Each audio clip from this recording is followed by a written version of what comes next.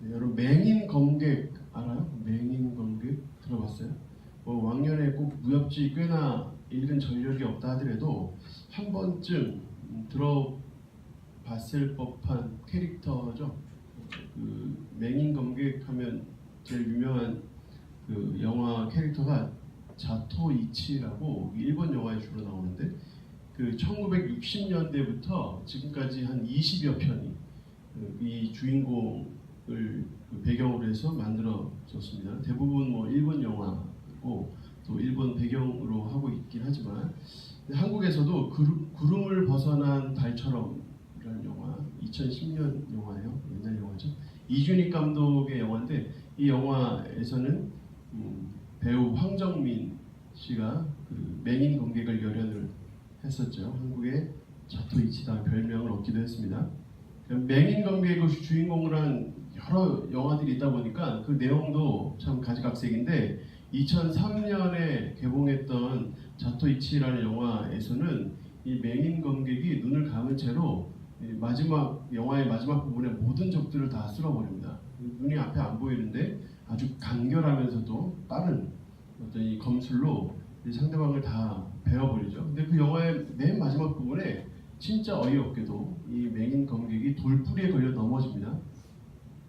그러면서 이런 말을 해요. 눈 뜨고 있어도 안 보이는 건 안 보여. 이렇게 눈 뜨고 있어도 안 보이는 건 안 보여. 사실 이 영화에서의 이 맹인 검객은 진짜 맹인이 아니라 진짜 시각장애인이 아니라 다 볼 줄 아는 사람이었던 거예요. 그 영화의 마지막에 하나의 반전이죠. 그래서 사람들이 묻습니다. 어째서 장림 행세를 하고 다니느냐? 어째서 안 보이는 척하고 다녔냐? 이렇게 물으니까 이 주인공의 답이 이렇습니다. 눈을 감고 있는 편이 사람의 생각을 읽기에 쉽기 때문이다. 눈을 차라리 감고 있는 편이 상대방의 생각을 읽기 쉽기 때문에 눈을 감고 다닌다. 저는 이 대사가 굉장히 무게감 있게 느껴져요. 여러분 제가 지금 쭉 얘기한 영화를 다 본 것처럼 얘기하지만 다 검색을 통해서 아는 겁니다. 눈 뜨고 코 베인다는 유명한 속담이 있잖아요. 그러니까 눈을 뜨는 것에 만족하지 말고 진짜 볼 줄 알아야 되는데 대부분의 사람들은 눈 뜨고도 코 베는 일들을 당하곤 합니다. 타인의 외모가 아니라 그 사람 중심을 볼 줄 알아야 되고 그 사람의 현재가 아니라 장래를 볼 줄 알아야 되는데 그 눈앞에 있는 이익이나 즐거움만 아니라 저 멀리에 있는 그 결과와 대가도 볼 수 있어야 되는데 우리가 이런 것에 아마 실패한다 그러면 정말 이 유명한 속담처럼 눈 뜨고 코 베이는 일을 당하게 되겠죠. 만약에 우리가 정말 보아야 하고 볼 수 있어서 눈을 감아야 한다면 과감하게 우리는 감아야 될지도 모르겠어요. 오늘 성경에는 보는 사람이 등장합니다.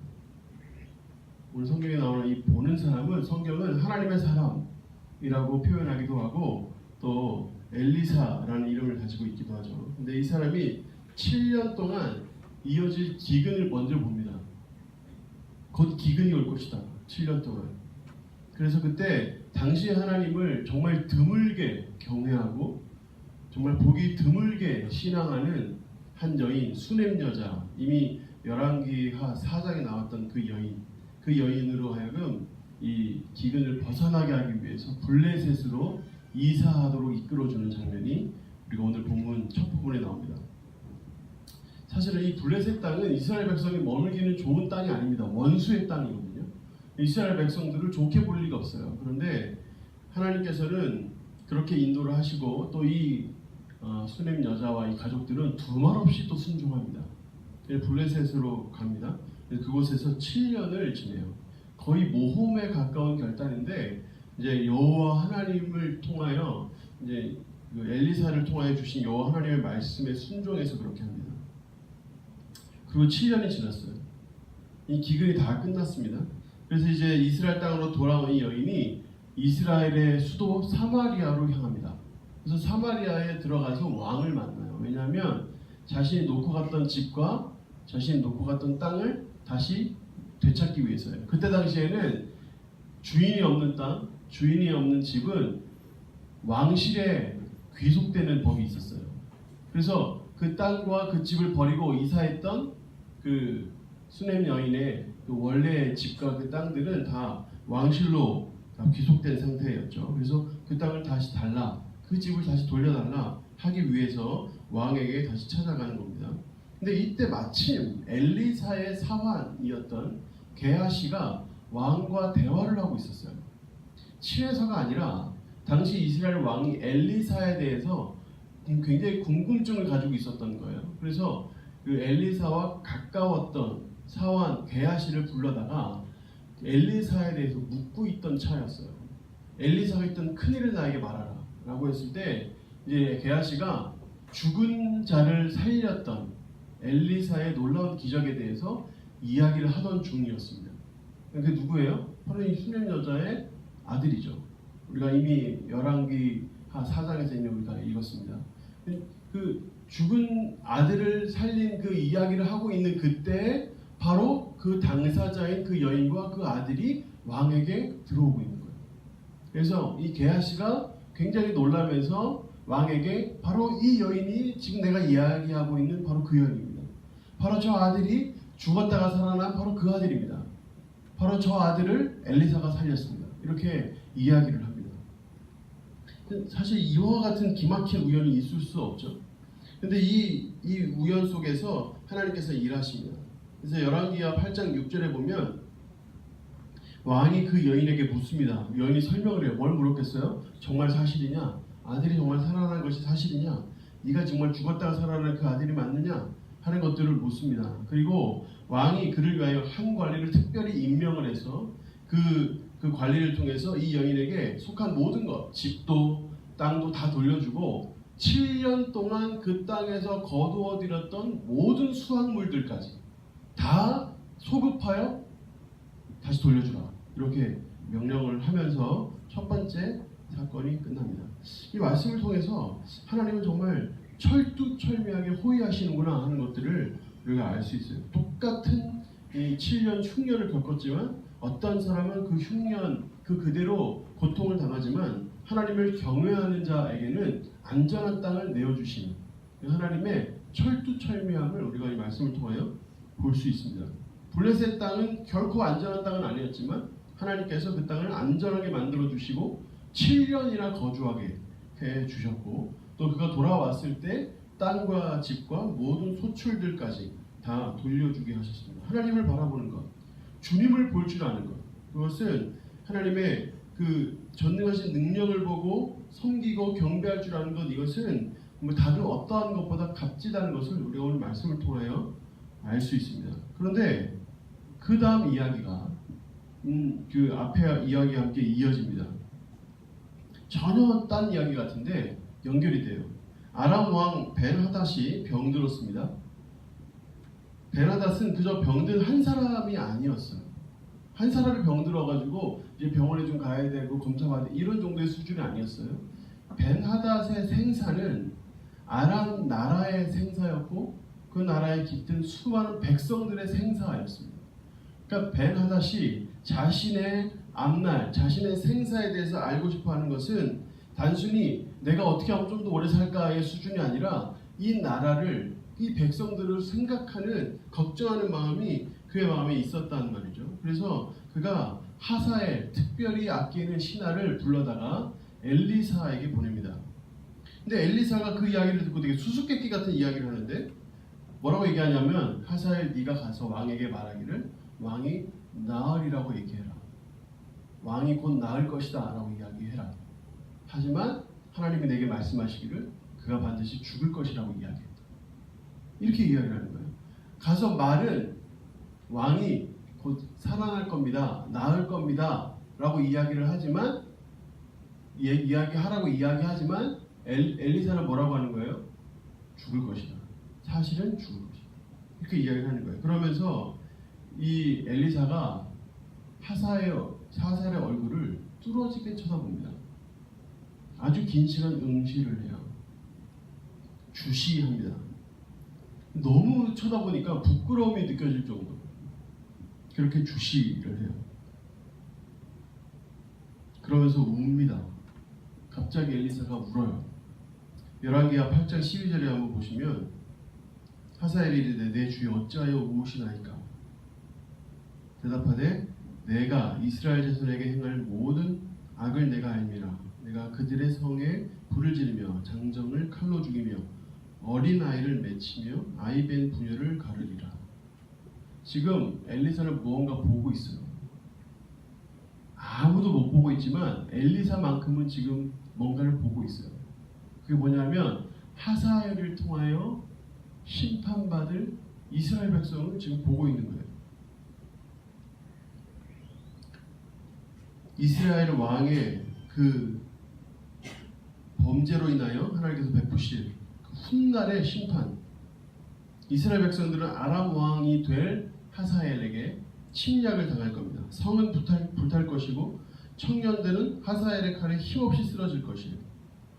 이제야 세상을 향해서 눈을 뜨기 시작한 어린아이는 세상 밖으로 던져질 것이고 아직 세상에 태어나지도 못한 이 여인의 뱃속의 아기는 출생보다 죽음을 먼저 보게 될 겁니다. 바로 이 처절한 이 처참한 이상을 지금 엘리사는 보고 있습니다. 이게 바로 보는 자의 숙명이에요. 먼저 보면 슬퍼할 수밖에 없어요. 눈물을 그치기가 어려워요. 그 아픔을 미리 느끼고 먼저 알아야 돼요. 그것이 바로 보는 자의 숙명입니다. 그리고 하사엘은 정말 그대로 성에 돌아가서 왕이 됩니다. 15절에 그 이튿날 하사엘이 이불을 물에 적시어 왕의 얼굴에 덮음에 왕이 죽은지라. 그가 대신하여 왕이 되니라. 이 씁쓸한 사건으로 이 마무리되는 이 말씀을 보면서 우리는 생각해야 합니다. 우리는 도대체 뭘 보고 있는가? 우리는 무엇을 볼 수 있는가? 사실 보는 것은 무슨 특별한 능력이 필요한 건 아닙니다. 그냥 보이면 그만이에요. 그저 보이는 것은 그냥 솔직하게 보이는 것을 인정하고 그냥 그 눈에 보이는 것을 믿는 것만으로도 우리는 정말 많은 것을 깨달을 수 있습니다. 정말 많은 것을 예측할 수 있어요. 사실 우리가 못하는 것들 중에 안 하는 것들 중에는 못 보기 때문에 못하거나 안 하는 건 거의 없어요. 보이지만 솔직하게 보지 않거나 또는 그대로 믿지 않아서 생기는 일들이 얼마나 많아요. 말 그대로 눈 뜨고 코 베이는 일이 얼마나 많은지. 건강에 관련된 문제도 마찬가지고 신앙에 관련된 문제도 마찬가지고 사람 관계에 대한 문제도 마찬가지예요. 못해서 또는 안 해서가 아니라 사실 보는 것을 제대로 인정하지 못하기 때문에 그런 일들이 벌어집니다.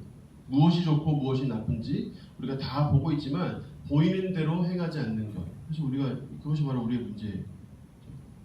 이스라엘 백성들은 하나님을 떠나서 순종하지 않았습니다. 하나님을 경외하지 않았어요. 하나님을 경외하는 자에게 하나님은 어떻게 하셨는지를 수냄 여인을 통하여 극명하게 보여주고 있음에도 이스라엘 백성들은 주님께 돌아오지 않았습니다. 이것은 못 보기 때문이 아니라 안 보기 때문이에요. 보고 있지만 믿지 않기 때문이에요. 그래서 하나님은 하사엘을 통하여 처참한 징벌을 예정하고 약속하고 있어요. 우리는 어떻게 해야 될까요? 저는 아까 제가 얘기했던 영화 대사가 또 생각이 납니다. 왜 장림 행세를 하느냐? 라는 질문에 눈을 감는 편이 사람의 생각을 읽기 편하기 때문입니다. 저는 이 대사를 보면서 예수님을 떠올려요. 십자가의 고통을 눈앞에 두시고 겟세마네 동산에서 엎드리신 예수님은 눈을 감고 하나님을 바라보셨습니다. 그 꼭 감은 눈에서는 마치 죽어가는 사람의 몸에서 피가 뚝뚝 떨어지는 것처럼 그 눈물과 땀이 뒤섞여서 뚝뚝 떨어졌어요. 제자들은 당시 예수님과 멀지 않은 곳에 있었지만 그 예수님의 그 처절한 기도를 보지 못했어요. 왜냐하면 자고 있었거든요. 볼 수 있었지만 자고 있었어요. 깊은 잠에 빠져 있었기 때문에 바로 그 처절한 기도를 보지 못했어요. 그럼 우리는 예수님의 이 기도를 통하여 보는 법을 배웁니다. 그 꼭 감은 눈, 그 고통을 눈앞에 두시고 이 잔을 내게서 옮기시옵소서라고 기도하면서 그 꼭 감은 눈에서 떨어지는 그 눈물을 통하여 우리는 살아가는 법을 배워요. 바로 이 기도가 예수님을 그 십자가 앞으로 나아가게 만들고 바로 이 십자가가 우리의 소망이 되었죠. 사람들이 우리에게 너는 도대체 왜 이렇게 눈을 감고 있느냐 이렇게 물으면 우리는 이렇게 얘기할 수 있을지 모르겠어요. 눈을 감고 있는 편이 십자가를 보기에 더 쉽기 때문이다. 우리가 이 시간 눈을 감고 무엇을 봐야 할까요? 우리가 이 시간 눈을 감고 정말 봐야 할 건 예수님의 그 십자가의 사랑이에요. 그분의 희생이고 그분이 어떠한 삶을 사셨는지를 우리가 보아야 해요. 우리가 만약에 그 기본적이면서도 당연하면서도 우리 한 사람도 모르지 않은 그 십자가를 보는 것을 놓치거나 아니면 보지 않거나 그 십자가 앞에 솔직해지지 않는다면 우리에게는 참다운 회개도 없고 참다운 결단도 없고 참다운 행동도 있을 수 없을 거예요. 우리가 이 시간 눈을 정말 꼭 감고 그분의 십자가 그분 앞에 나아가는 이 시간이 되기를 축복합니다. 사실 여기까지 해서 설교를 다 마쳤는데 사족 하나를 더 달고 싶어요. 오늘 본문에서 보이는 아주 기막힌 아이러니가 있어서 사족으로 하나만 더 말씀드리고 기도하려고 합니다. 아람 왕 벤 하닷이 자신이 병들었을 때 하나님의 사람 엘리사에게 자신의 중요한 사람을 보내죠. 그래서 묻습니다. 어떻게 될 건지. 그런데 참 아이러니하게도 아람 왕 벤 하닷은 자신이 병들었을 때 엘리사 하나님의 사람에게 사람을 보냈는데 열왕기하 1장에 보면 이스라엘 왕 아하시야가 병들었을 때 그는 바알세복을 찾아가요.